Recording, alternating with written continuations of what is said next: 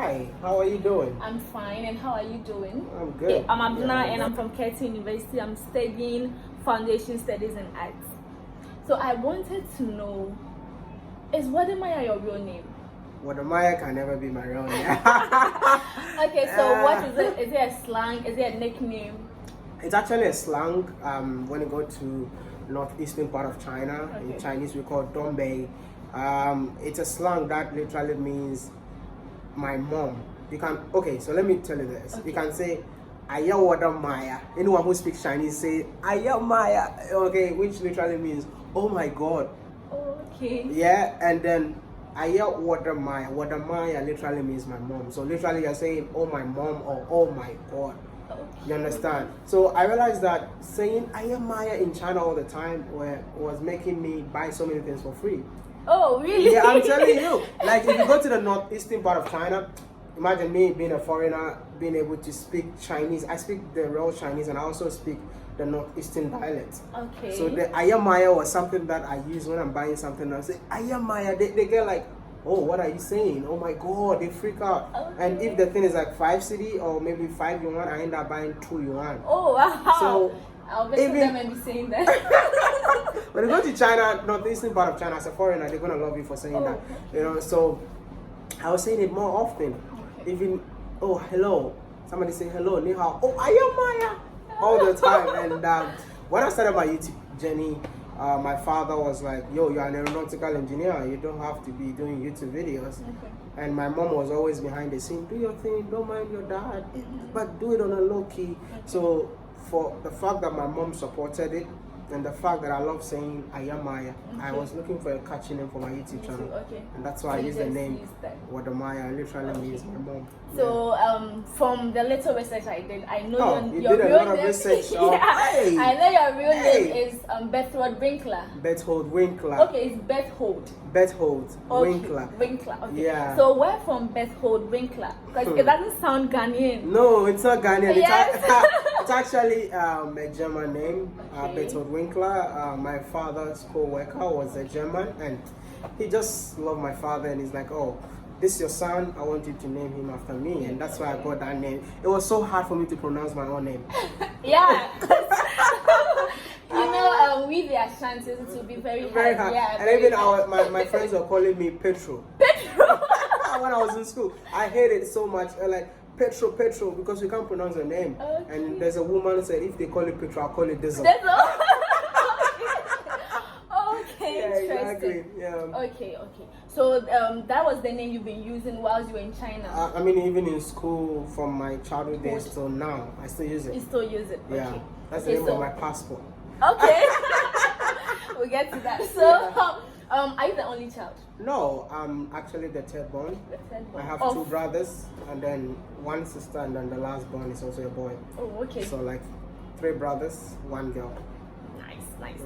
It's nice. Would you say that your siblings and your parents have been in support of this journey till now?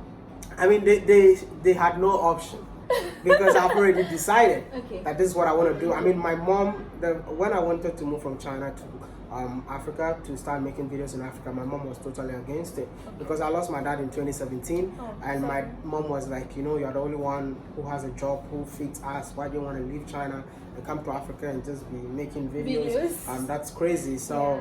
I mean, my mom never supported, but I already made up my mind, so I just bought my flight ticket, everything. The next day, she saw me in the house. And for my siblings, I think they didn't know what I was doing, actually. Yeah, most of them were like, it's just recently. Having fun. Yeah, they thought this guy is just doing his own thing, but it's just recently. I mean, all of them are on board. My brother is actually my COO. Oh, nice. Yeah, so definitely my whole family is involved right now. So, you going to study aeronautical engineering in China. How did it happen? Was it through self-funding or scholarship? It was not scholarship. Okay. It was self-funding. Okay. But I made the money in China to pay for it. So literally, I How got did it happen? okay. So I got a scholarship to study in the UK, University of Greenwich, Okay. in London. So after I got the forms, I was supposed to go and apply for visa. So applying for visa, they denied me. Right. Already, my friends were in the university in Ghana, and they were like, why you don't come to invest in? I'm like, I'm sorry, I'm not going to invest in Ghana. Okay. So I'm waiting for the UK admissions and all that, and I'll leave. Okay. And unfortunately, UK refused the visas. I'm like I'll say out of frustration. You know, I mean, like being frustrated at seeing the fact that your friends are in school and then you are ready. Yeah. But the course that I really wanted to study is aeronautical engineering. Okay. So I just decided to check out China, and it was my brother who actually introduced China to me. Okay. And then I ended up going to China to study aeronautics. When I go to China, I mean, my father actually did not have money to sponsor my whole education in China. So what he did was he paid for my first semester. That's the first 6 months. Okay. It's my uncle, Mr. Barnes, who bought my ticket from Ghana to China. Okay. Right. So when I got there, now first 6 months, I spoke to one of my lecturers, telling them that, hey, I don't have money to pay for my fees. Is there anything that I can do? And he's like, you know what, I can help you. All you need to do is to introduce more students from Africa to China, and I'm gonna give you, is it 15 or 20% of their school fees yearly.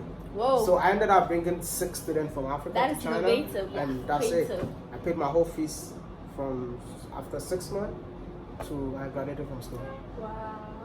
That is so impressive. Yeah, I mean, that's why I've been a hustler since day one. Yeah. So, I mean, hustling on YouTube is not even something new to me because I know how to make money for myself, you know. So that's how I pay my fees, and then after school, yeah, that's it. Wow, that's so interesting. So I want to get your mind on this. Was it like studying outside that was so fancy to you? Because, you know, back then we don't really have that I don't know if it's encouragement to study outside. Like, we are all comfortable in our zone, like going to Lagos, going to Tech. So like, what motivated you to travel outside Ghana? Okay, I will say this, and this is something I've never said it anywhere. Okay. First of all, I was frustrated. I was just tired of Ghana. One, I didn't attend one of the best secondary school. Okay. You know, you're talking about like GSTS, Yeah. Augustus. I never attended. Yeah. So even when I went to secondary school, I was always trying to, prove that my school is also the best. Okay. I got like A's in my, so I'm like, yo, I'm not gonna study in here. Secondly, in my family, the brother that I follow was the first person that went to university. So the whole family were like, that's a, yeah. you know, they kind of like, He's the chairman. he's the chairman of the family. So I wanted to do something that would be more different. Already my senior brother was abroad, but my brother, if I also go to university in Ghana, it won't be anything new, you know? Yeah. So I told my dad I want to go to the UK. So that was one of the things that are like on my mind, applying for scholarships in the UK till I got one. I was doing everything by myself till I got one, and unfortunately I was denied the visa, and I had to look for another option. That was China. Like literally, I just wanted to leave Ghana. Okay. That is the only mindset that I had at that time. Yeah. Okay. So aeronautical engineering, were you thinking of coming back to Ghana to Never. like do something? Never. You see, I'm that guy who, when this first day I step my foot abroad, I'm like, Ghana, I'm not going never back. again. I'm not coming back, because I felt so comfortable. If I want to go somewhere, I have a bus that will take me there. I come back to my room, I have Wi-Fi to do whatever I want to do. To go there, oh my goodness, it's a struggle to move from one place to another in Africa. Yeah. Too much traffic, and so when I step abroad, I'm like, I'm done. I'm not coming back. Yeah. So even when I finished school, I had the opportunity to work in a company in China, which is also related to aeronautics, and that is where I discovered that I don't belong here. I need to go back home. Yeah. Okay. So what brought about the discovery? I want to know the full discovery. Is it that you realized that you have to come back to your country to do something for us, or is it how Africa or Ghana was viewed out there that made you change your mind, or what brought about this change of mind? I was always with Chinese people. Okay. I was able to speak Chinese in a period of 3 months. Wow. Because I had so many Chinese people as friends. Okay. I dated so many Chinese women that I can't even count. Okay. I was so much into Chinese people, their culture, and everything that they do, right? Okay. So, having friends that will come to you and ask you, why are you so black? They put their fingers and then touching your skin, and then they look at it, if they're gonna see the black dirt around it. People even think you don't shower. I mean, I used to be a lecturer in my university actually. So my students used to ask me, "Yo, do you eat chocolate?" And I'm like, come on, chocolate is for my country. Like, oh, if you eat chocolate, you don't bite your fingers because chocolate and your skin color looks, so you won't be able to identify which one is chocolate and which one is a finger. Oh God. I'm telling you. And then at some point in time, you'll be going around and people are looking at you like as if you're from a strange land. And my students used to ask me, why did you leave Africa? Was it because Africa is so poor? Was it because you don't have food to eat? I remember I showed my picture of my first day in China, which looked so skinny, and then my students were like, "Oh, you were struggling. You were struggling in Africa. That's why you wanted to come to China to get fat." And I'm like, okay, you know what? These are the things that I realized that all the Chinese friends that I have, they ask stupid questions. I say stupid questions. So what can I do to educate the people? All right. So what can I do that made me discover that there is something called YouTube? Okay. I speak Chinese, so I started making videos in Chinese, educating Chinese people about Africa. So I was just doing that, I mean, as a hobby, having fun with it. I never had any intention behind it. And then when I started doing it, I realized that not just my student, but the entire Chinese people don't know anything about Africa. I remember I did a video asking Chinese people what do they think about Africa. They said, Shamon, deserts. Oh. And saying that I want to go to Africa so that I can see your pets. And I'm like, which pets are you talking about? And it's like a lion. I'm like, yo, I've never seen a lion myself. I don't know how a lion looks like. You know, I went to one country, I saw the zebra for the first time. I was so excited, like, yo, I've been seeing a zebra. But back in China, people thought I had a zebra as a pet. I'm like, yo, I don't have it. So I felt like, okay, so what do I do to educate these people? So I came back to Africa, came to do videos, I mean, during vacations, in Chinese. The videos went viral. I interviewed Chinese people in Africa on what they think about, what they used to think about Africa before coming. They thought Africa was not a safe place to be. So after I uploaded a video in China, the video went viral. Chinese people were amazed, like, oh, even in Africa we have Chinese people there. We thought the Chinese people in Africa are just helping Africa. That's the mindset. Okay. You understand? So from there I'm like, okay, I can take this to the next level. I can't be staying in somebody's country and at the same time telling them that my country is beautiful. What do I do? Go back to my country and then go and tell them that my country is beautiful. So it's something that I was actually representing the whole of Africa in China. I mean, if you go to China, you definitely know, like, I was speaking for Africa all the time. So I'm like, I cannot do this just in Ghana. I have to travel within African countries to let people know that every African country is unique, beautiful, and also beautiful women. So I did all that, and then at the end of the day, I mean, I told myself I'm coming back to Africa. And let me tell you something, when I was coming back to Africa, I never had any money. You know, I lost my dad in 2017. You told me. I was, any salary that I get, I used to send to my mom, making sure she's okay. So I told myself I want to come back home. How do I come back? I asked all my African friends, is there any way you can support me, even if everybody's paying $1? You can help me purchase a ticket, go back to Africa, so that I'll be able to promote Africa in a positive light. People told me that they are not, I should go and reach out to the African Union. Some people were saying this is not a philanthropy work. I mean, I got a lot of negative feedback from Africans. So I had a Chinese friend who is also from the village.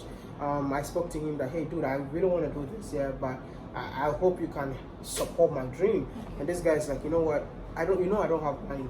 But there is something in China called Shihong cards, like credit cards, where you can literally borrow money and you pay after a month.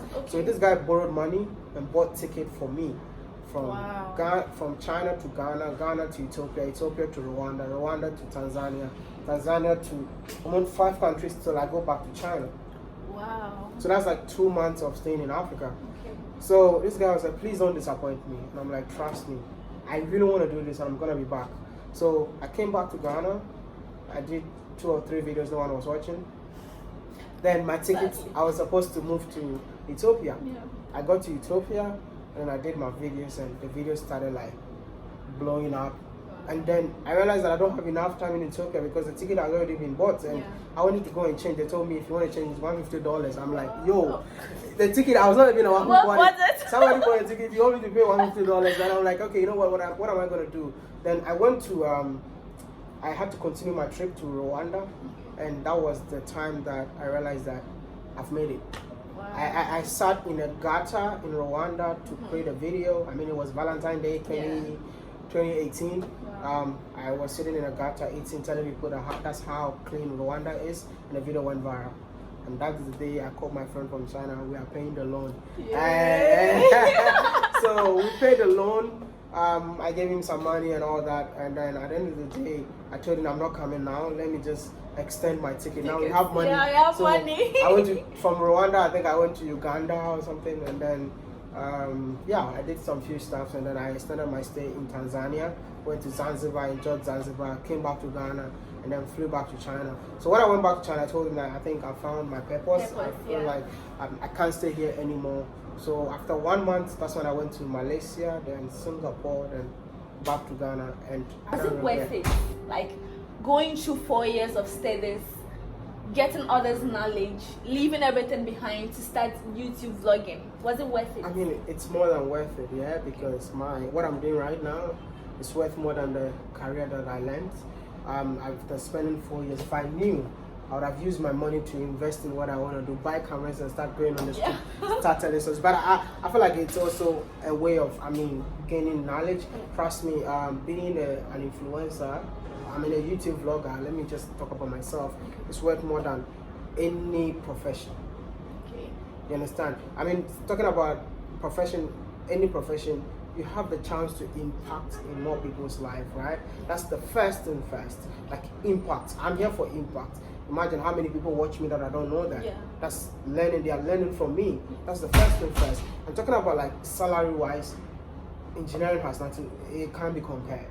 It can't be compared, right? And don't forget that like with that, you also have brand deals that works for you, right? So all this, it could be like the pilot who is flying, I might be on the plane for free. Yeah. And the company that he's working for has to sign me for a year. Yes. That was my major, but I'm there now sitting for them to take me around. Yeah. Of which at the end of the month the airlines still have to give you money. Yeah. So all of them, like, because I know my worth as an aeronautical engineer, and I know my worth as a YouTube vlogger. The only difference is that you can't do YouTube vlogging forever, but your engineering can do it forever, right? But that's why I need to go for the career. I have my certificate and everything, but for now I think let's go with YouTube career. When I get tired of it, I'll go back to my major. But for now, I'll say it's more than worth it. Okay, so how many years is getting tired? Because how many years is getting tired of YouTube vlogging? Because you said when you are tired, you go back. So how many years is getting tired? I'm giving myself for like 5 years. Okay. After 5 years, I'll be out. Okay. The thing is, like, how many years are you in now? No, I've been this for like almost 8 years now. I started when I was in school. Yeah. I was making videos with Chinese women and all that. Okay. And I keep on evolving. Let me tell you something. The content creation is actually evolving. Okay. You have to change your content every day. I started by saying I was a comedian, all right, making comedy videos and all that. And then I changed from talking about Africa, China. I changed from Africa, China to Africa to the world.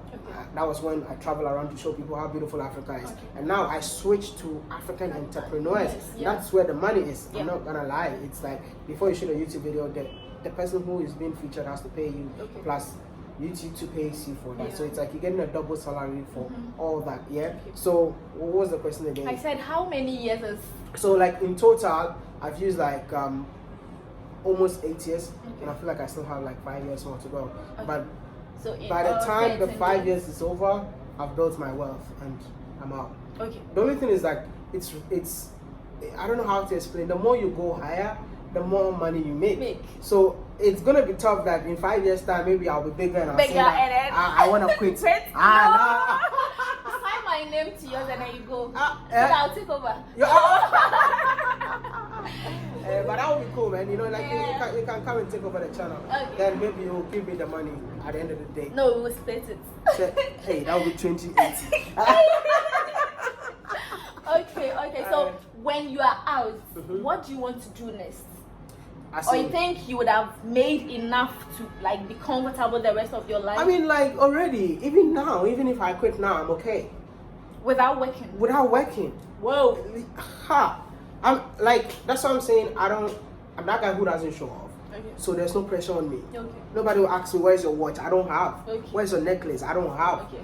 Where's your shoe? I don't have. The only thing I have is this. All right. So at the end of the day, there's no pressure. What I think about is how many houses do I have? Okay. I don't even have a car. Okay. Right? How many houses that I have for rent? What house do I have in my name? What properties do I have? So at the end of the day, that's what I think about. And then money for food. I mean, I live here for free. Anytime I come back, they have to give me the room for free. It's a must. You know what I mean? So these are the how do you call it, the opportunities that I get, and I don't take it for granted. I always want to make sure I hit my target and I'm out. Okay. Yeah. So how is your Christian life like?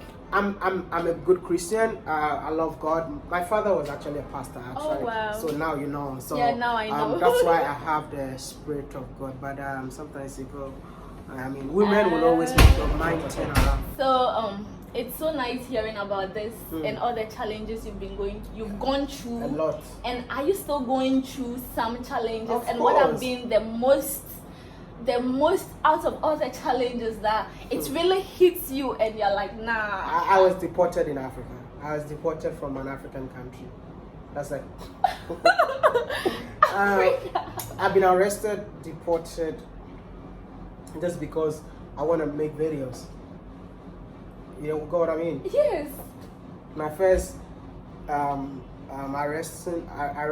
was arrested in Kenya for holding a camera because they said this place you can't film. I was arrested, I was handcuffed.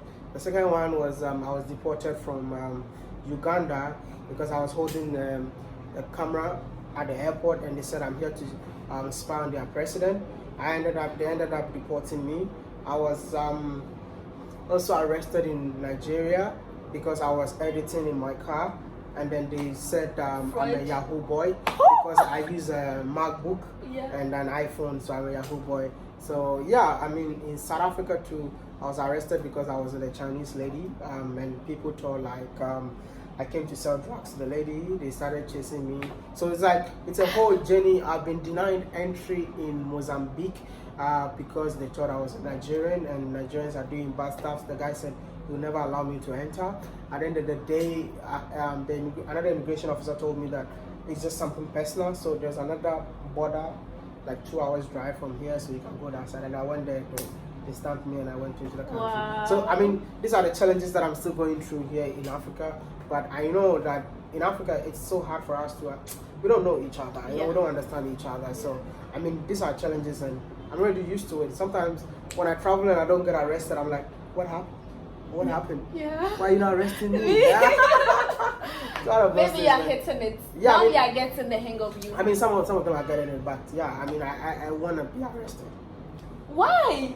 I love it because I have a story to tell when you arrest me. I want to write a book, you know. I need more adventures, things that I went through that will make my book an interesting one so that a lot of people can read it.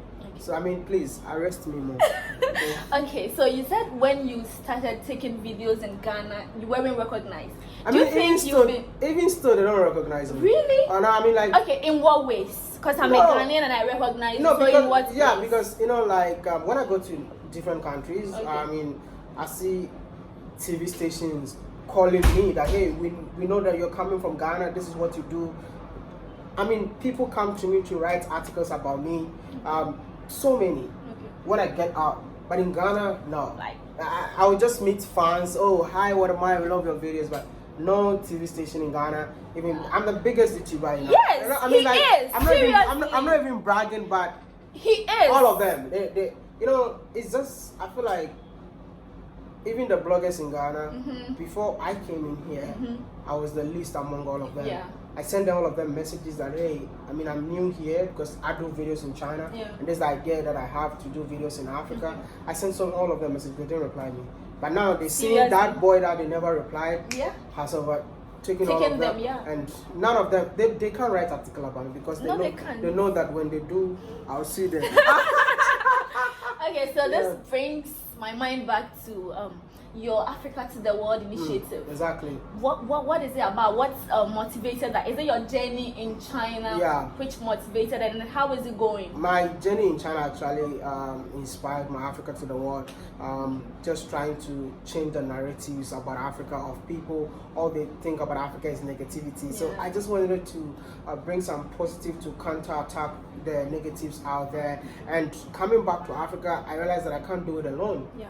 So I need to bring a lot of content creators in Africa together to preach the positive stories about Africa. Yeah. So what I did was, anywhere I traveled to, you see an African YouTuber in my video. I see them in your YouTube videos. So that when I leave, these people can also, I will share my audience to these people so that they will also be able to preach about Africa in a positive light. Because the more we are, the mighty we become, right? So that is the main intention, just to change the narratives of Africa. Let me tell you something. I had a vision of portraying Africa in a positive light to the world. Okay. But when I started traveling, I realized that Africans themselves don't even know each other. No, we don't. Like I went to Togo, they gave me wachi. And the girl said, "Oh, we have a special dish here. I want you to try." I'm like, "What's the name?" She mentioned one name like that. She brought the food. It's wachi. That's what we eat here. Then I'm like, "We eat wachi." We eat wachi. He's like, "What?" I was like, "Yes." Then he's like, "Are you sure?" I'm like, "Okay." There's one time she said she brings me a food, another food, kinky. We eat that here. So I had to go out to go and check. We have like almost similar food, and I realized that wow. So if that is the case, I need to try and narrow my message to Africans, for Africans to learn to understand themselves. That's why those days I used to talk about everybody, but now I'm literally talking about Africans. It's time to love ourselves. It's time to love one another. It's time to get to know that African from Zimbabwe, that African from Nigeria. So that's why I've narrowed myself into Africa instead of the world. So it's Africa to Africa. Okay. Okay, so it has been wonderful listening to you and hearing all about your life story and your journey so far. Because we outside, we might think you have everything figured out, and then everything has been on a silver platter, like a smooth journey. Like that's what most people think. Because you know, social media and how they portray people and how we see people. So it has been an eye-opener listening to all this and then getting to know you. I mean, that's why I always tell people, like, I don't like faking my life. I was born in a village, right? I grew up in a village, and I always want to carry the village on my head for my people to know that I really represent them. So if you watch my video, I normally say, it's your favorite annoying village boy from Ghana. I was a Ghana boy. No, Ghana baby. Ghana baby. Ghana exactly. baby. I mean, the Ghana baby was actually my real name. It's not my real name. Like, so when I went to China for the first time, I never had, you know, this small beard. And then people started saying, you look like a baby. Where are you from? They said Ghana. I'm like, okay, then let's go to Ghana baby. So when I started growing this, I added Mr. Ghana baby. So I don't fake my life. I'm always trying to be myself. I'm no pressure. I mean, on social media, people are saying, oh, dress like this. No. I mean, I would love to dress like that, but that's not me. So I love to be myself and just do my thing. That's it. Okay. So before I wrap up, can you like send a message out there in Chinese? Because I want to hear you say Chinese. Nation around was social man. What did you say? Obujira attach around was social man. Then say wash and gun daja do show or I jungo or how you may or chujungo or how you may or show jungo. Wow. Then say Jinten Taran was show jungo. Wash and Jew daja singing quite la shaba see the timber. 对，是4年，所以我就所有的中国人新年快乐。Wow, I forgot all my Chinese, but it's all good, yeah. Well, I know, man. And then, oh my God, you brought my Chinese out today. It's been so long since I spoke Chinese, but yeah. I think I wish all the China. It's a new year in China, so I was wishing everybody. Okay, so I understood nothing and I heard nothing. But you live in Malaysia. I thought you speak a little bit. No, I understood nothing because. Yeah, so even if he's telling me, I don't know. No. I was actually telling them Happy Chinese New Year. Okay. And Well, I see. Nation wrong with Shoshama. Like, what do you want me to say? Oh, so you were asking me? You. When you said speak a little bit of Chinese, I'm like, Nation wrong with Shoshama. No, I don't. I said French. You speak French? Yes, I speak French. Oh. Ah oui. Bonjour. Ah, bonjour. Comment ça va? Ça va bien, merci. Et vous? Oh, et vous? Ah, je vais très bien. Très bien, merci. Ah, ouais, Beaucoup. ouais.